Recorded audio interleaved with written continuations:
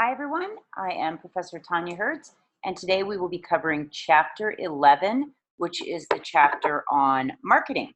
So let's go ahead and open our PowerPoint slides to Chapter 11. They should be in Canvas there for you above.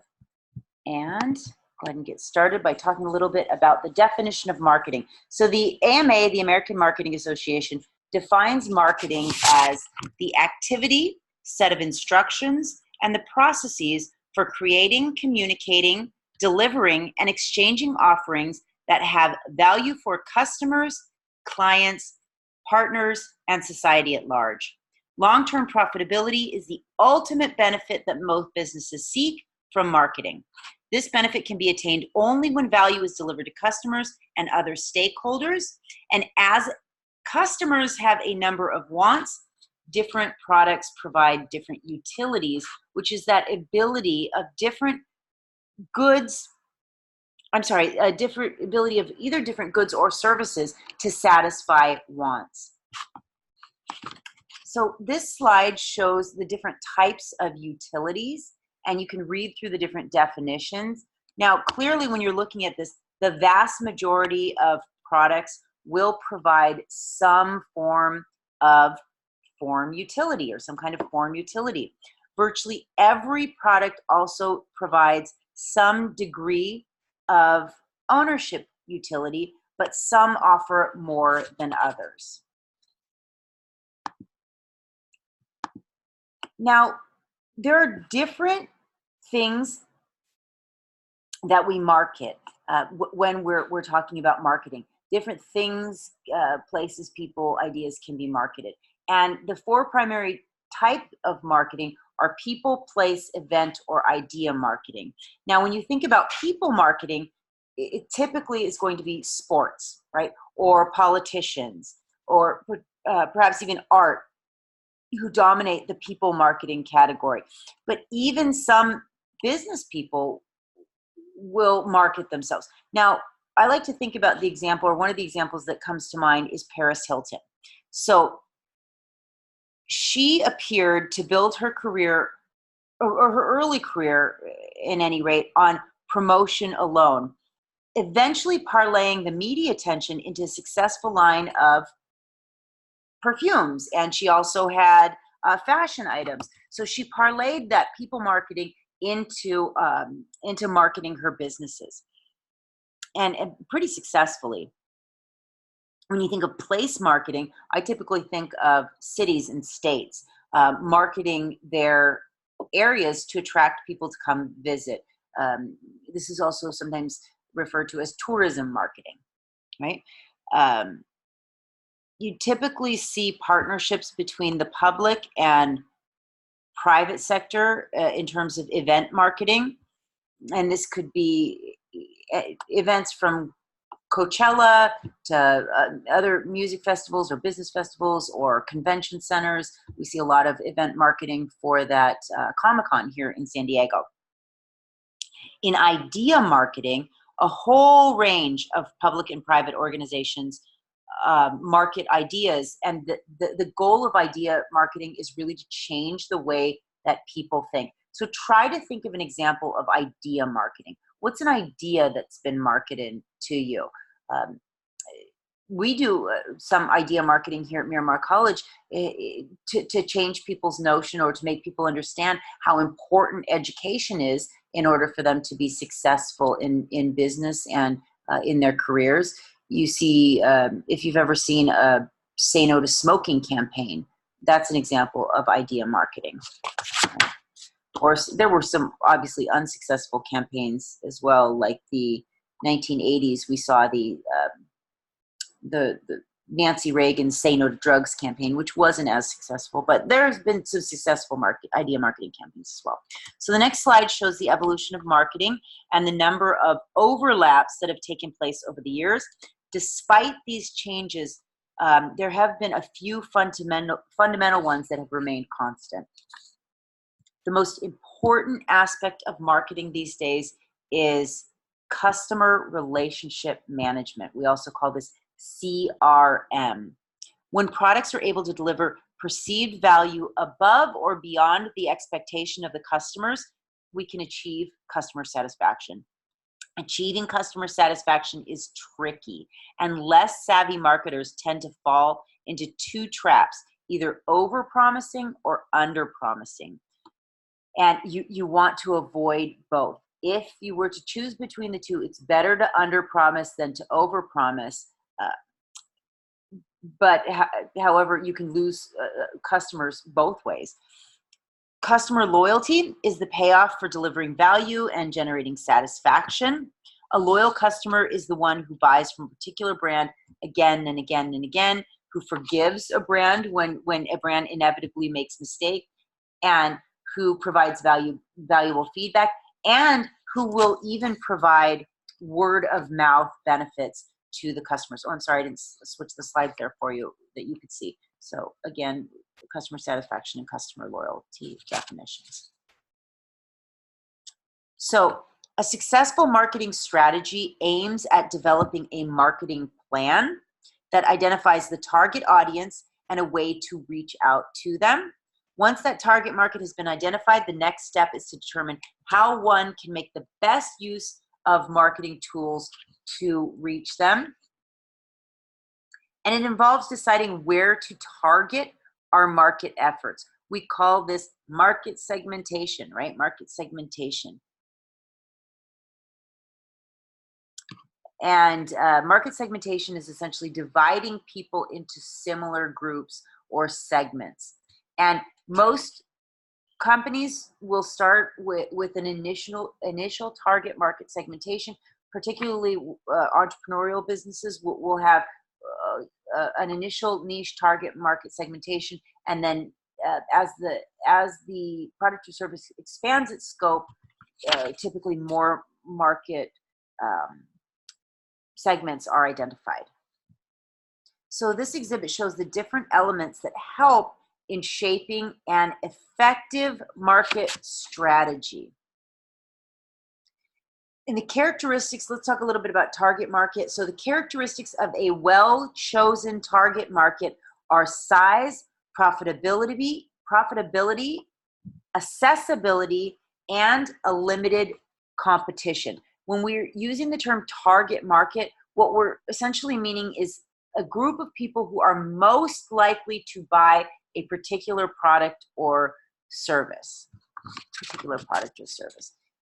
And because companies can choose to market their product or service to individuals, to other businesses, to consumers, or both. So there's a similarity between business to consumer, which business to consumer, B2C, we call it, or consumer marketers. When a company directs their efforts to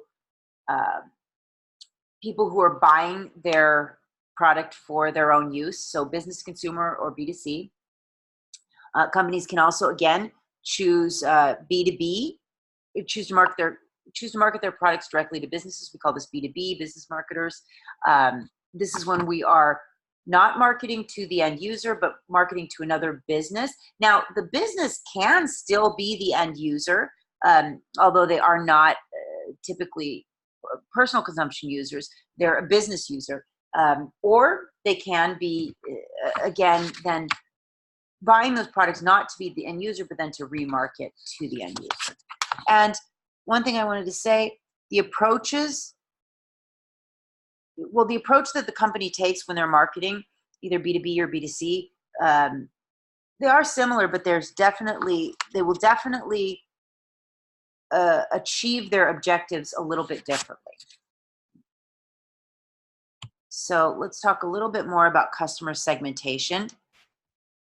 So when we're talking about market segmentation or consumer market segmentation, we typically will divide up the market segmentation by a number of different ways, including demographic, geographic, psychographic, behaviorally.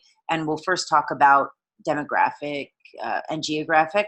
So demographic, what we mean by a demographic segmentation is dividing the market up by personal characteristics like how old they are, how much money they make, where where they're from, what gender they are, if they have kids, et cetera, et cetera. Geographically, just as it sounds, we're dividing the market up based on where people live. Now, Psychographic, what we're talking about typically is the way that they behave, which is confusing, right? Because we have behavioral as well. But what we're talking about, when I mean the way they behave, I'm talking about their attitudes, their interests, their values, their lifestyles. Why are they actually buying this particular product? What do they like to do on a daily basis? What are they? Outgoing people? Are they introverted? Personality types goes in there in psychographic as well. Now, the reason I say that is because behavioral is a little confusing, because when we're talking about behavioral, we're not talking about how they behave on a day-to-day basis, like what do they do or what do they what do they like. What we're talking about is how they behave in terms of the product, right? How they behave when they're buying the product. Do they only buy this particular product for birthdays, or is it bought, is it bought for a gift, or is it bought something that we buy every day, like maybe a soda purchase for some people might be a daily purchase, or is it bought once a year, or once every, I think every cars are bought once every, on average, 3 or 4 years, right? That would be behavioral segmentation. Right? Now, this is when we're talking about B2C. B2B is different. We segment the market differently. When we are segmenting the market B2B, we typically follow, like I said, it's a similar process, but it's different.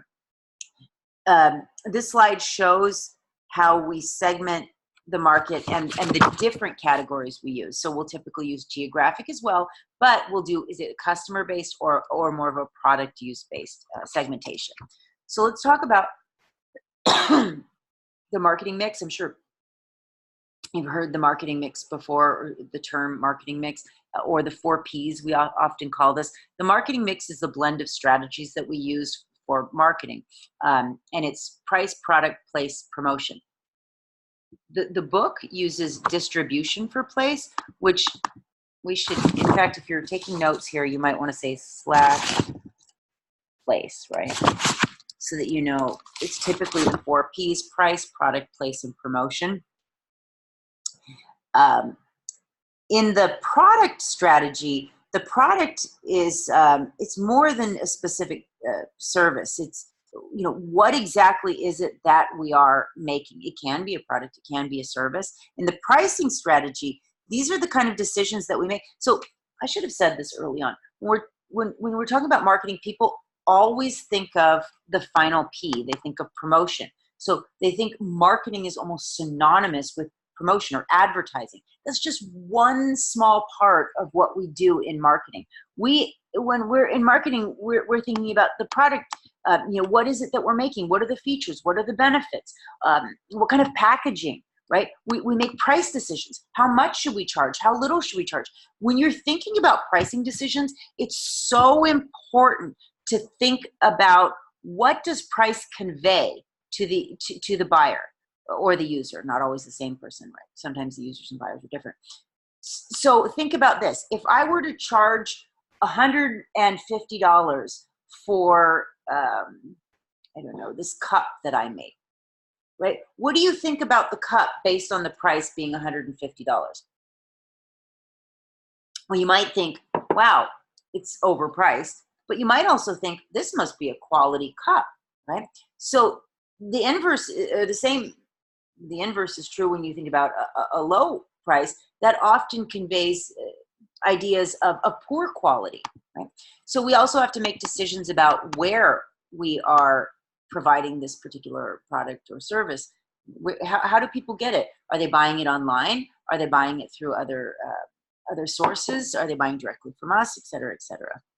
Right? And then finally, promotion. That's where that advertising lies. How do we communicate all of the decisions that we made about our product or service to the end user or buyer?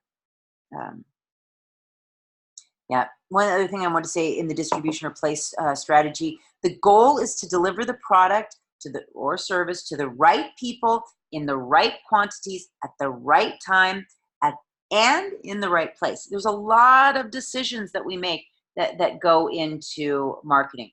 And as a company, we need to evaluate our marketing mix for every single product, for every single service, and every time we enter a new market, a new country, a new area, it has to all be done over again. So if you're going into marketing, there's a lot that goes into marketing, right? There's a lot that goes into marketing. All right. So elements of the external marketing environment are included on this table. And to avoid being, next table, to avoid ambushers and to uncover rather new opportunities, we have to continually monitor how both dominant and emerging competitors handle each element of the marketing mix. So the goal as a marketer is to identify and respond to changes as soon as possible, keeping in mind that a sharp eye sees opportunity even in economic downturns. Sometimes, change is very often the source of opportunity, even if that change is negative, right? So anticipating, responding to trends can be especially important in industries such as entertainment, fashion, technology. Technology often affects marketers in ways that are less directly visible to others, and the political climate is the final element of the external environment that we pay attention to, and that includes changing levels of government support for various business categories. So think about different presidents, for example, and how that can affect different categories, different regulations and changing of those regulations. So certain, and I don't mean to get off topic, but there's certain sectors that are much more heavily regulated than other sectors, like telecommunications, pharmaceuticals.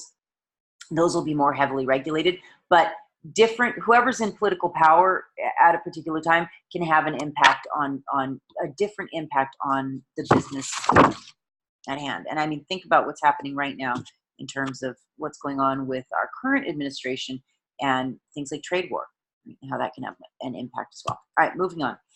So this exhibit shows the various elements that influence the consumer decision-making process. Includes cultural, social, personal, and psychological. Oh, I think it just shows the first. Yep. So cultural, social, personal, and psychological on the 4 slides. And what that means, a description of what each of those means.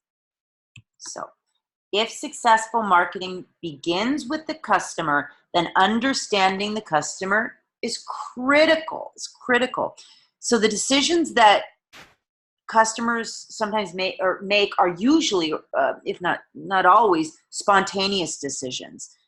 I mean, think about like somebody buying a pack of gum. How much thought and research goes into buying a pack of gum? Right? Not a whole lot. So even though they're spontaneous, those decisions, those decisions usually will result from a complex set of influences, and a lot to do with, and they have a lot to do with what we do as marketers, So these are the steps that typically are involved in consumer decision-making, in the consumer decision-making process. Remember, even though the decisions are spontaneous and happen sometimes in the blink of an eye, how much are you thinking about buying a pack of gum? We typically follow, as consumers, the same predictable pattern in the process. First, we'll recognize that we have a need, right? Wow, my mouth tastes terrible. I need to buy some gum, right? So then we'll go into the information search. Well, perhaps that might mean standing at the counter looking, okay, what are all of the different kinds of gum? Interestingly, speaking of gum, I don't want to get off topic. All of these subjects in business, since this is an introductory course, we're just skimming the surface of, and you can go so much deeper into every chapter. There are classes on every single chapter in this course, but gum is one of the things that we've studied extensively when you talk about marketing. And gum used to be 25 cents, and not that long ago, and marketers were trying to find a way to make it sell for more money. And one of the first things they did was they changed the packaging. They realized that rather than having the same amount of sticks in a stack, if you spread them out, people would, instead of paying 25 or 50 cents, they would happily pay $1.99.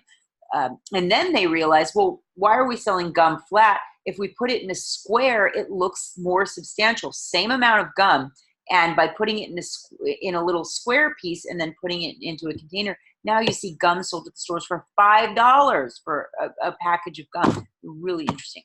Back to the decision-making process. Starts with need recognition, then it goes into the information cert, then we evaluate the alternatives, we'll make the decision, and then we will have, we basically almost always go into some sort of post-purchase evaluation process. And hopefully, as a consumer, we'll avoid that cognitive dissonance, or as a marketer, we'll avoid the cognitive dissonance of our consumers. Cognitive dissonance is that feeling that we have when we don't like what we've done or don't like the decision that we've made. In marketing, it refers to that decision, that purchase decision that we've made, and typically after we've bought something that we feel that we've paid too much for. So let's say when we went to the gum counter, we looked at the information, we evaluated the different packages of gum, and we went with the $5 package of gum. Well, then maybe afterwards we might experience cognitive dissonance if we said to ourselves, wow, I just spent $5 on gum, something that, you know, a couple years ago I could have bought for 25 cents. And even right here, I could buy for maybe $1. $5 is half of what I get paid in an hour working at my job.